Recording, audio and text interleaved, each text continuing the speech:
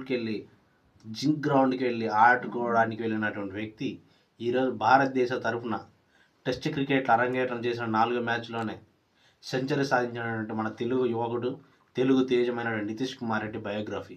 ఇంకా లేట్ ఎందుకు, వీడియోలోకి వెళ్ళిపోదాం.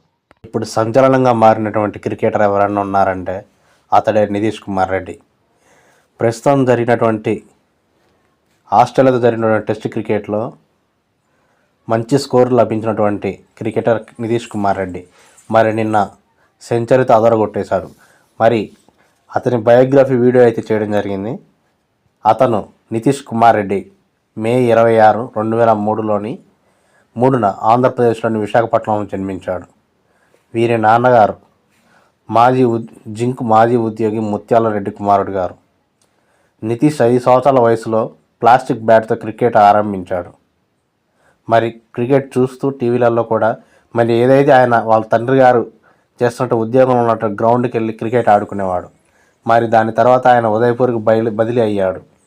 మరి తండ్రి కొడుకు ఉన్నటువంటి ఉద్దేశంతో మరి క్రికెటర్ అవ్వాలనుకున్నాడేమో. అతన్ని ఖచ్చితంగా తీసుకెళ్ళి ఆ ఉద్యోగం అతనే మానుకొని మరి అతని క్రికెట్ నేర్పించడం జరిగింది.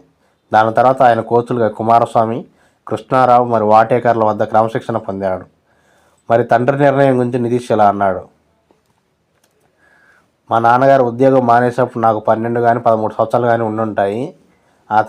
మా నాన్నగారు నా కోసం ఉద్యోగాన్ని మానుకొని మరి నన్ను నమ్మిన మొట్టమొదటి వ్యక్తి కూడా మా నాన్నగారు అని చెప్పడం జరిగింది.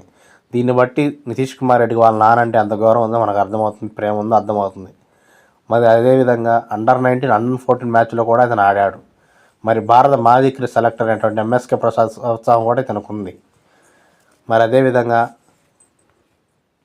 ఐపీఎల్లో సన్ రైజర్స్ తరఫున 2023 వేలంలో 20 లక్షలకు కొనుగోలు చేశారు అందరూ ఆయన్ని. లీగ్లో కేవలం 2 మ్యాచ్లు మాత్రం ఆడాడు. దాని తర్వాత సీజన్లో 2024లో పంజాబ్ కింగ్స్తో రాజస్థాన్ రాయల్స్ మ్యాచ్లో ఆడినటువంటి తీరు ప్లేయర్ ఆఫ్ ది ఇయర్గా అవార్డును గెలుచుకున్నాడు. మరి అదేవిధంగా ఈ సంవత్సరం జరిగినటువంటి 2025 ఐపీఎల్ వేలంలో ఎస్ఆర్హెచ్ సన్ రైజర్స్ హైదరాబాద్ 6 కోట్లకి కైవసం చేసుకుంది.